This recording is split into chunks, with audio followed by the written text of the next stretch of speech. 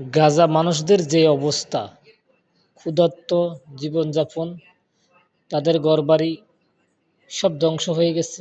মানুষ কিভাবে চলাফেরা করতেছে, মানুষ একটু জীবনযাপন করার জন্য, একটু ভালো থাকার জন্য, একটু নিরাপদে থাকার জন্য এদিক সেদিক ছুটাছুটি করতেছে। এই যে খাবারগুলি দেখতেছেন, এই ফুটন্ত গরম খাবারগুলি যখন নিয়ে যাইতেছে, যখন পাতিলে ঢালে, একজনের মাথার উপরে দিয়ে নিতেছে, 10 জন নিচে থাকে। ধাক্কাধাক্কিতে যখন মাথায় পড়ে, গায়ে পড়ে, কি যে কষ্টদায়ক। আমরা এক ফুটা গরম ফুটন্ত পানি যখন গায়ে পড়ে আমাদের, আমরা যে কি যে অবস্থা করি। আর এদের অবস্থা কি?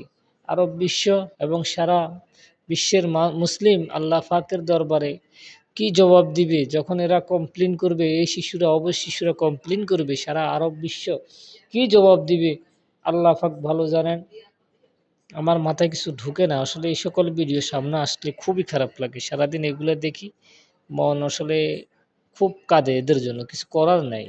ঘৃণা ছাড়া ইসরায়েলের প্রতি আর কিছু করতে পারবো না।